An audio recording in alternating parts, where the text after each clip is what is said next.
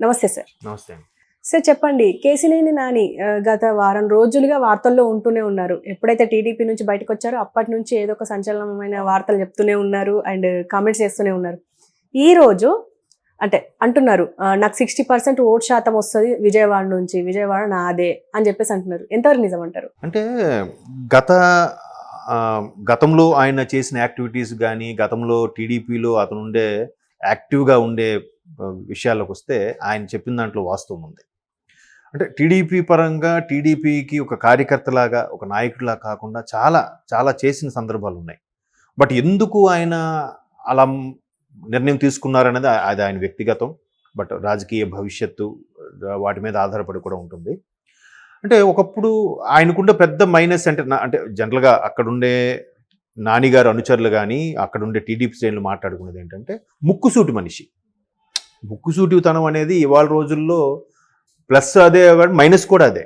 ఇప్పుడు లౌక్యంగా మాట్లాడితేనే రాజకీయ నాయకుడికి చెల్లుతుంది. లౌక్యం లేనప్పుడు ముక్కుసూటిగా వెళ్ళి స్ట్రైట్ ఫార్వర్డ్‌గా వెళ్తాను, ఆవేశం పడతాను అంటే జనాలు హర్షించరు. ఇప్పుడు ఒక కార్యకర్త తప్పు చేశాడనుకో, ఆయనకి అక్కడే ముఖం మీద తిట్టేస్తాడు, ఏంటి ఇలా చేస్తున్నావు అని కూడా అనేస్తాడు ఆయన.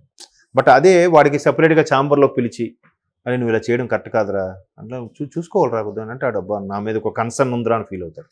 అందరిలో చేసి రెండింటికి తేడా ఏంటి? చెప్పడమే. కాబట్టి అందరిలో చెప్తాడు, తప్పైనా కూడా అయితే అందరిలో నన్ను అవమానపరుస్తాడా, ఇన్షియల్ ఫీల్ చేస్తాడా అన్నట్టు ఫీల్ అయిపోతారు. ఇవాళ మరీ అది ఎక్కువైపోయింది, ఈగోలు ఎక్కువైపోయాయి ప్రతి ఒక్కడికి కూడా. అంటే దానికి చిన్న ఎగ్జాంపుల్ చెప్తాను. నేను చిన్నప్పుడు పెద్ద పెద్ద వాళ్ళందరూ లుంగీలు కట్టుకొని ఉండేవారు. మా సీనియర్ అంటే బాగా ఒక 6-7 ఏళ్ళు పెద్దవాళ్ళు ఉండేవాళ్ళు, డిగ్రీలు చదివేవాళ్ళు. నేను అప్పుడు హై స్కూల్ చిన్నగా ఉన్నప్పుడు వాళ్ళతో సరదాగా ఆడుకుని జోకులు వేసుకుంటే ఊర్లో ఎవరైనా పెద్ద మనిషి వస్తున్నారంటే, అరే పలానా నాగేశ్వర గారు వస్తున్నారా, ఢిల్లీ, ఆయన పేరు ఢిల్లీరావు ఏదో, ఢిల్లీరావు గారు వస్తున్నారా సరే వెంటనే లుంగీలు కింద దించేసి సైలెంట్ ఉండిపోయారు, జోకులు గట్రా వేసుకునేవారు కాదు. బట్ ఇప్పుడు ట్రెండ్ ఎలా ఉంది తెలుసా మా ఊర్లలో, అరే వస్తున్నాడు అంటే వస్తే, అరే మన ప్రిన్సిపాల్ రాని వస్తే రాని, ఆయన పని అంది మన పని మంది, ఆయన ఏమన్నా మనమంటే మన జోకులు వేసుకుంటున్నాం.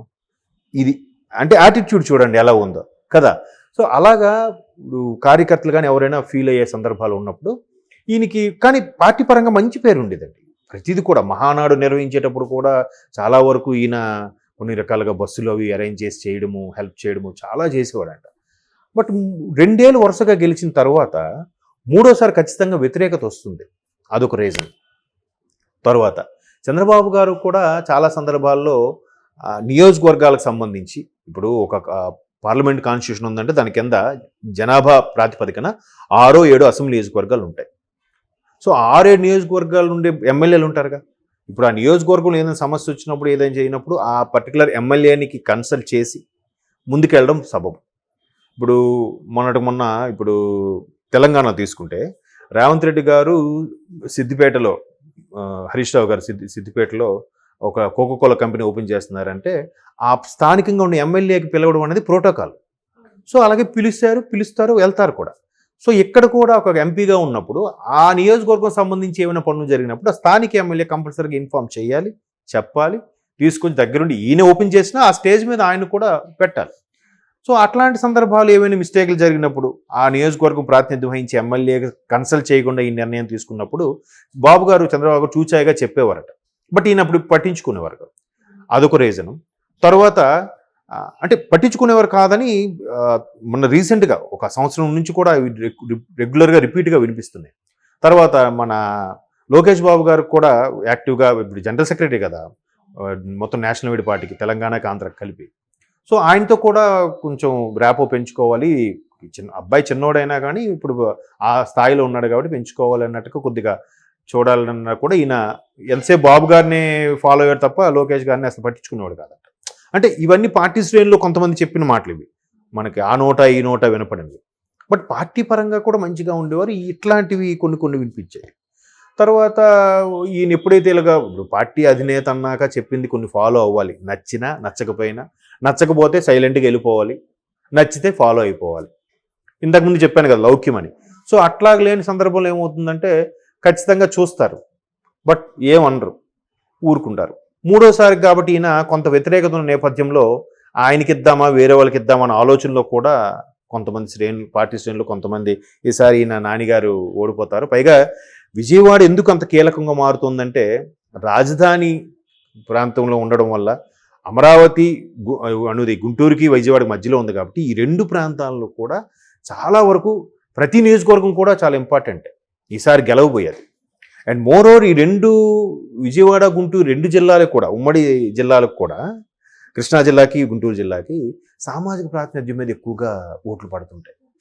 మిగతా రాష్ట్రం అంతా ఒక ఎత్తు, ఈ విజయవాడ కృష్ణా గుంటూరు ఒక ఇదిలా ఉంటుంది. అంటే అక్కడ జరిగే ఏవైనా కూడా రాష్ట్ర రాజకీయాలని శాసిస్తాయి అనొక నానుడు కూడా ఉంది. అది వాస్తవం కూడా. ఎందుకంటే అక్కడ ఎందుకో మరి ప్రతిదీ కూడా హైప్ అవుతుంటుంది, హైలైట్ అవుతుంటుంది, రాజకీయాలు కానీ ఇంకే రంగమైనా కానీ. సో అటువంటి నేపథ్యంలో ఈయన మూడోసారికి ఇస్తే గెలుచుకుని తీరుతాడా లేదా? పైగా ఈసారి కంపల్సరిగా గెలవాల్సిన పరిస్థితి. ఎందుకంటే ప్రభుత్వ వ్యతిరేకత తీవ్రంగా ఉంది కాబట్టి మ్యాక్సిమం టీడీపీ వస్తుంది, టీడీపీ జనసేన అలయన్సే గెలుస్తుంది. బట్ ఏ ఒక్క ఛాన్స్ ఇలాంటి కీలకమైన అసలు ఇవ్వకూడదు ఆ ఛాన్సులు అనే ఉద్దేశంలో. పైగా పార్లమెంట్ నియోజకవర్గం కూడా ఇప్పుడు అవుట్ ఆఫ్ 25 స్థానాలకు గాను కనీసం టీడీపీ జనసేన 20 గెలుచుకోవాలి, రెండు కలిపి. జనసేన ఒక 2-3 గెలుచుకున్నా మిగతా 17 టీడీపీ గెలుచుకోవాలి. హ్యావ్ టు అనమాట. సో అటువంటి నేపథ్యంలో ఇక్కడ ఎన్ని గెలుచుకుంటే అక్కడ రేపు సెంట్రల్లో ప్రాతినిధ్యం ఏ గవర్నమెంట్ వచ్చినా, మేబీ బీజేపీ ఆర్ కాంగ్రెస్ ఎవరికి వచ్చినా మా నుంచి ఇంత సపోర్ట్ ఉందన్నట్టు మనకి రాష్ట్రానికి రావాల్సిన నిధులు కానీ, స్పెషల్ స్టేటస్ కానీ, ప్యాకేజీలు కానీ, ప్రాజెక్టులు కానీ ఏమైనా అడగడానికి ఒక కాన్ఫిడెన్స్ ఉంటుంది కదా. సో అందుకు పార్లమెంట్ నియోజకవర్గం అనేది కూడా చాలా కాన్సన్ట్రేట్ చేస్తున్నారు. ఇటువంటి నేపథ్యంలో ఆయన కొంచెం అలాంటి ప్రవర్తన ఉందని, లేదంటే మూడోసారికి వ్యతిరేకత గెలుస్తాడా లేదా? జనరల్గా కేసీఆర్ గారి పరిస్థితి చూడండి, 2 సార్లు గెలిచారు, మూడోసారికి మారిపోయింది సీన్ అంతా. సో అలా ఉంటుంది కాబట్టి ఒకవేళ మార్చుదామని ఆలోచన ఉందో, ఇంకోరికి ఇద్దామని అనుకున్నారో. బట్ ఈయన అలా ఫీల్ అయ్యాడో నాని గారు. మొత్తానికి మొన్న జస్ట్ లాస్ట్ వీక్లో ట్విట్టర్లో పెట్టారు, ఇట్లా బాబు గారి కోసం నేను చాలా చేశాం, గట్ పార్టీలు నాకు గుర్తింపు లేదు, నన్ను పొమ్మలు లేక పోగొట్టినట్టుగా మాట్లాడుతున్నారు అన్నట్టుగా పెట్టడం. తర్వాత దాని మీద పొట్లూరి పీవీపీ గారు కూడా చాలా ఘాటుగా, అంటే సొంత పార్టీ వ్యక్తుల్ని, అంటే ఇంకప్పటికి వెళ్ళిపోలేదు కదా ఒక వ్యక్తుల్ని అలా మాట్లాడడం. మొత్తానికి ఆ స్థాయిలో ఉన్న వ్యక్తి ఒకసారిగా అంత ఎంపీగా ఉండి జనాల్లో బాగా తెలిసిన వ్యక్తి. ఇంతకుముందు అంటే ఇప్పుడంటే కేశినేని గారి ట్రావెల్స్ ఎక్కువ ఉన్నాయో తెలియదు, కానీ ఒకప్పుడు కేశినేని ట్రావెల్స్ అంటే చాలా ఫేమస్. నాకు తెలిసి దగ్గర 200 బస్సెస్ ఉండేవి. ఇప్పుడు సంక్రాంతి హడావడి, ఇప్పుడు దసరాకు కానీ హైదరాబాదు, విజయవాడ, వైజాగ్ అంటే ఇంకా ఫస్ట్ ట్రావెల్స్ అనగానే కేసీఆర్ ట్రావెల్స్ ఉండేది. అంటే అంత ఫెమిలియర్ ఆయన ఒక బిజినెస్ మ్యాన్గా కూడా. సో అంత ఫెమిలియర్గా ఉన్న అతను పొలిటీషియన్గా ఉన్నప్పుడు ఒకసారి ఆయన చుట్టూ మంది మారున్నప్పుడు ఒక్కసారిగా వాళ్ళు ఎవరు లేరని ఊహించుకుంటే ఎలా ఉంటుంది? వాళ్ళకి తట్టుకోలేరు కదా, రాజకీయంగా అలవాటు పడిన వాళ్ళు. సో ఖచ్చితంగా ఈసారి ఇక్కడ ఇస్తారో ఎవరో తెలియదు టీడీపీలో. ఒకవేళ ఇచ్చినా గెలుస్తారని గ్యారంటీ లేదు. సో అందుకే మేబీ అటువంటి వ్యాఖ్యలు చేసి బయటకు వచ్చారేమో, there is a chance. So ఎలాగో వచ్చారు కాబట్టి శత్రువు మిత్రువేగా, ఇంక ఉన్న ఆప్షన్ అదొక్కటే. జనసేనకి వెళ్ళడానికి లేదు, టీడీపీ జనసేన అలయన్స్ కాబట్టి. కాంగ్రెస్కి అంత సీన్ లేదు, బీజేపీకి కూడా ఏం లేదు. మొన్న స్పెషల్ స్టేటస్ ప్యాకేజీలు గారు ఏమి ఇవ్వకుండా నాంచారు కాబట్టి బీజేపీ కూడా ఆ సీన్ లేదు. సో ఇంక one and only option YSRCP. తప్పదనుకున్నా కాదనుకున్నా అక్కడికి వెళ్ళి పోటీ చేయాల్సిందే. సో అందుకు వెళ్ళుంటారు, అంటే వెళ్ళారేమో నా ఉద్దేశం. ఎందుకంటే ట్విట్టర్లో కాంటాక్ట్ ఆ పోస్ట్ చేసిన తర్వాత కూడా ఆయన మళ్ళీ ఆయనతో మంతనాలు జరిపారు, ఆయనకి ట్రై చేశారు లోపల రావడానికి కూడా అన్నారు. మేబీ ఆయన అందుకే అందులోకి వెళ్ళిపోవచ్చు. మరి తల్లేరు ఎలాగెళ్తే పెళ్ళేరు అలాగే వెళ్తుంది. ఆబ్వియస్లీ వాళ్ళ అమ్మాయి కూడా పార్టీ వీడుతున్నారు కాబట్టి సహజం. ఇప్పుడు ఒకే ఇంట్లో ఒకరు టీడీపీ నుంచి ఒకరు వైసీపీ నుంచి ఉంటే ఎవరు కుటుంబ సభ్యులు కొన్ని ఓట్లు ఉంటాయి కదా, కుటుంబంలో కొంతమంది కొన్ని ఓట్లు ఉంటాయి కదా, వాళ్ళు ఎవరికి వేస్తారు?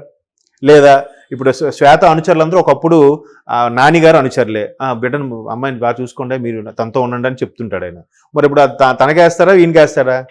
అది పొసగదు ఆ విషయం. కాబట్టి బై డిఫాల్ట్గా అలా వెళ్ళిపోయి ఉండాల్సిందే, తప్పదు. అప్పుడు చూద్దాం ఆయన నిర్ణయం ఎంతవరకు కరెక్టో అని. ఇంకో 2 నెలలు ఆగితే తెలిసిపోతుందిగా.